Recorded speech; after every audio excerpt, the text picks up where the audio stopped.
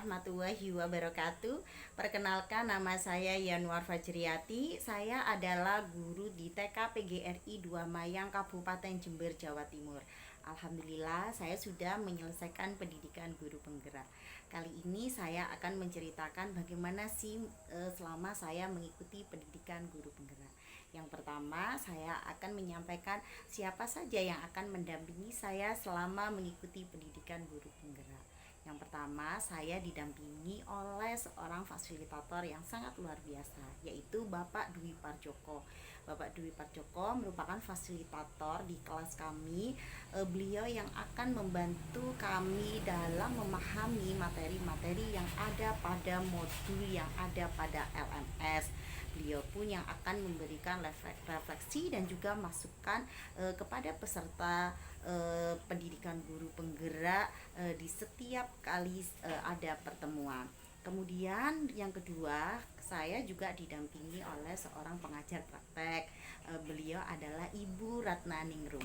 Ibu Ratna Ningrum ini merupakan pengajar praktek di mana beliau yang akan memantau perkembangan kami selaku peserta pendidikan guru penggerak. Beliau akan datang langsung ke sekolah untuk memantau perkembangan kami, bagaimana setelah kami menerima materi pembelajaran di modul di LMS. Kemudian kami kan harus mengimplementasikan apa yang sudah kami pahami untuk diterapkan langsung dipraktekkan di sekolah. Dan beliau, Ibu Ratna Ningrum, yang akan memantau secara langsung apakah kami sudah melaksanakan sesuai dengan perintah LMS ataukah belum. Untuk materi yang ada pada modul di sini di LMS itu memang terbagi atas 3 modul, yaitu yang pertama di modul 1 itu akan membahas tentang paradigma dan visi guru penggerak.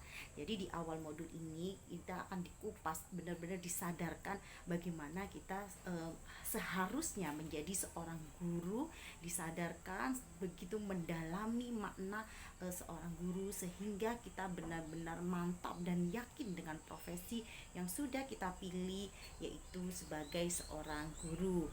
Jadi di modul 1 ini di situ akan ada juga bagaimana kita mendalami filosofi pendidikan nasional oleh Bapak I Hajar Dewantara. Kemudian yang kedua juga di sana kita diberi pemahaman tentang nilai-nilai dan peran kita sebagai guru penggerak. Jadi peran kita sebagai guru penggerak ya kita harus menggerakkan bagaimana komunitas yang ada di sekolah sehingga menjadi lebih baik. Kemudian juga kita membahas tentang bagaimana kita sebagai guru penggerak harus mempunyai visi ke depan, tidak hanya untuk saat ini tetapi untuk jangka panjang dan seterusnya. Kemudian juga di modul 1 ada materi tentang budaya positif. Jadi bagaimana kita sebagai guru penggerak harus menanamkan atau menciptakan sebuah budaya positif di sekolah tempat kita mengajar, minimal di tempat kita mengajar. Tetapi kalau bisa kita bisa mengembangkan tidak hanya di tempat kita mengajar, tetapi kita bisa tularkan di lembaga-lembaga lain seperti itu. Kemudian di modul 2 kita juga ada praktek pembelajaran yang berpihak pada anak. Jadi di modul 2 ini kita sebagai peserta pendidikan guru penggerak di situ akan dilatih bagaimana kita akan menciptakan kegiatan pembelajaran yang berdiferensiasi. Jadi berdiferensiasi itu pembelajaran yang dengan tujuan satu tetapi dengan bervariatif, dengan bermacam-macam kegiatan tetapi dengan satu tujuan yang ingin dicapai. Jadi kemudian yang kedua adalah pembelajaran sosial emosional. Jadi di sini kita juga diajarkan bagaimana kita menciptakan kegiatan pembelajaran yang dapat mengembangkan sosial dan emosional anak. Kemudian yang lebih menarik lagi di modul 2 ini adalah materi tentang coaching. Coaching ini adalah hal baru bagi saya sebagai guru karena coaching ini adalah di sini kita akan dilatih bagaimana kita menjadi seorang coach. Jadi kita membantu siswa atau membantu seorang guru, misalkan ada kesulitan, tetapi kita membantu beliau, teman kita, teman sejawat ataupun siswa untuk menyelesaikan masalahnya dengan solusinya dia sendiri. tapi bagaimana kita itu menggali atau memancing si teman sejawat kita ataupun murid kita yang sedang ada kesulitan, kita membantu bagaimana persoalannya dia, tapi dia bisa menyelesaikan apa yang menjadi persoalannya dia sendiri dari dirinya sendiri, seperti itu. Kemudian di modul 3 itu ada tentang materi pemimpin pembelajaran dalam pengembangan di sekolah. Jadi di modul 3 ini kita di sini sebagai guru penggerak kita ada materi tentang bagaimana kita mengambil keputusan. Dalam pengambilan keputusan ini kan tentu ada namanya dilema etika. Dilema etika apakah rujukan moral. Jadi di sini kita bagaimana membedakan apakah ini dilema etika atau termasuk rujukan moral, sehingga bagaimana penyelesaiannya tentu kita berbeda, dan bagaimana kita harus menyelesaikan permasalahan ini dengan tepat tanpa adanya permasalahan yang kemudian muncul dari apa yang sudah kita ambil keputusannya.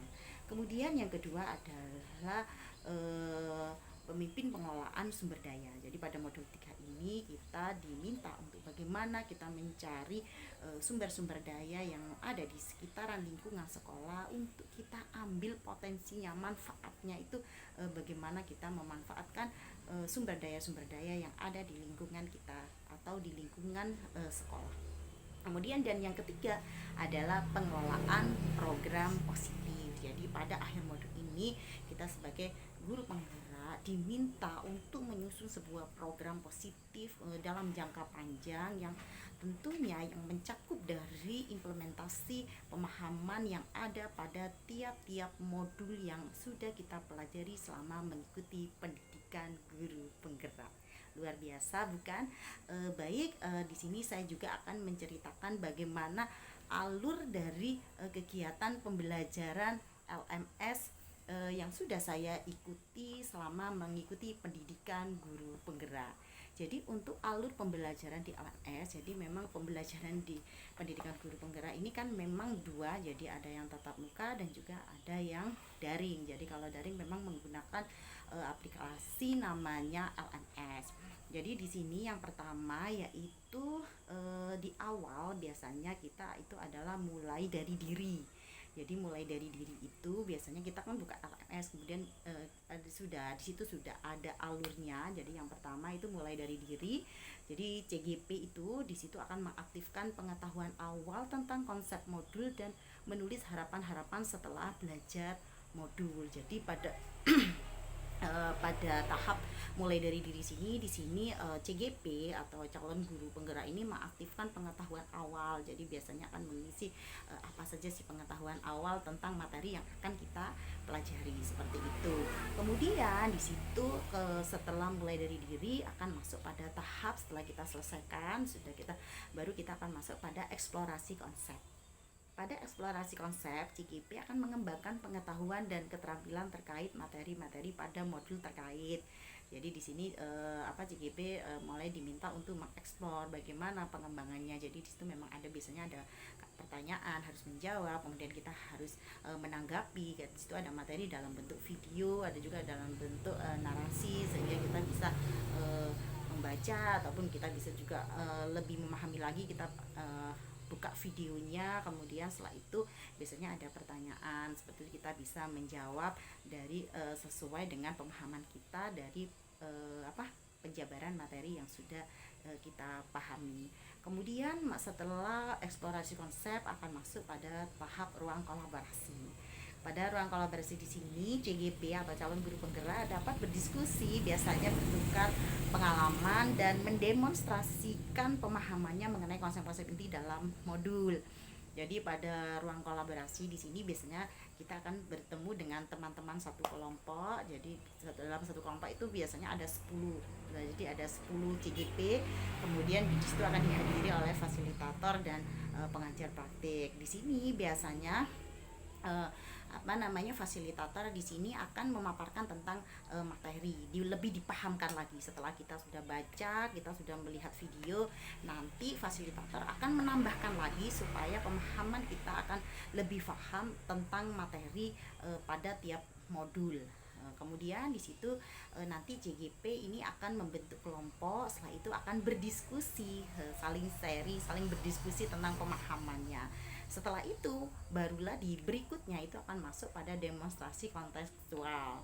Pada demonstrasi kontekstual di sini biasanya nanti ini akan dibagi CGP ini akan dibagi dari beberapa kelompok, kemudian akan memaparkan tentang pemahamannya itu dalam bentuk PowerPoint untuk dilakukan presentasi. Jadi nanti masing-masing CGP ini akan dibagi tugas.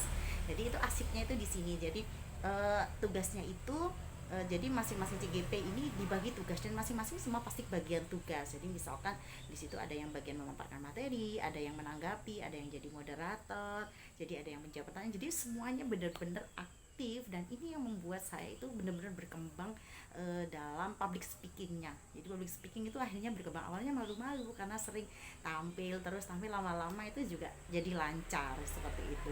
Jadi pada demonstrasi kontekstual jadi masing-masing kelompok akan mendemonstrasikan pemahamannya, dipaparkan, kemudian ditanggapi, ada yang menanggapi, ada yang bertanya, kemudian dijawab, kita saling sharing, dan di akhir itu biasanya fasilitator maupun pengajar praktek akan memberikan tanggapan seperti itu. Jadi kita lebih mantap lagi tentang materinya.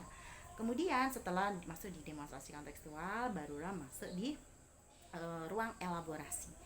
Di ruang elaborasi ini akan dipertemukan dengan kelompok yang lebih besar lagi. Nanti dibahas lagi, dikuatkan lagi materinya oleh seorang yang sangat luar biasa, yaitu biasanya pada ruang elaborasi di sini akan dipimpin lagi oleh seseorang yang sudah ditunjuk. Jadi di situ oleh instruktur lah. Di sini ada, biasanya di situ ada instrukturnya lagi, jadi lebih dipahamkan lagi, jadi lebih sharing lagi di ruang yang lebih besar lagi, jadi lebih paham lagi. Kemudian setelah di elaborasi pemahaman, barulah kita akan mengkoneksi antar materi. Jadi kita akan menghubungkan menterkaitkan antara materi-materi sebelumnya dengan modul-modul berikutnya, terus seperti itu kita lakukan koneksi. Setelah itu barulah kita buat aksi nyata. Aksi nyata ini biasanya kita lakukan langsung praktek di sekolah yang nantinya akan didampingi oleh pengajar praktek seperti itu. Jadi luar biasa. Setelah melakukan aksi nyata, pengajar praktek sudah melakukan kunjungan di sekolah, semua sudah dilakukan, maka akan dilakukan pertemuan, namanya lokakarya. Lokakarya ini adalah pertemuan tatap muka. Jadi pembelajaran tatap muka akan dikelompokkan lagi dalam satu komunitas yang besar lagi, tapi ketemu secara langsung. Di sana kita bisa saling sharing lagi, kita lebih paham lagi, dikuatkan lagi materinya, dan kita juga akan mendapatkan pengalaman menarik lagi dari teman-teman kita dari luar kelompok dan juga dari sekolah-sekolah lain. Jadi sangat luar biasa. Jadi di kegiatan lokakarya di sini juga kegiatan tidak serius, kita santai tapi bermakna. Jadi ada kegiatan gamenya, kemudian ada kegiatan presentasinya, kemudian ada kegiatan saling sharing, kemudian ya administrasi mengisi form itu seperti itu. Jadi menarik bukan untuk melakukan pendidikan guru penggerak? Monggo silakan teman-teman guru-guru yang luar biasa, ayo kita semua melakukan mengikuti pendidikan guru penggerak untuk mengembangkan kompetensi kita sebagai seorang pendidik agar kita menjadi lebih luar biasa. Terima kasih, itu saja mungkin sharing dari saya, kesan-kesan saya yang sangat luar biasa tentang pendidikan guru penggerak.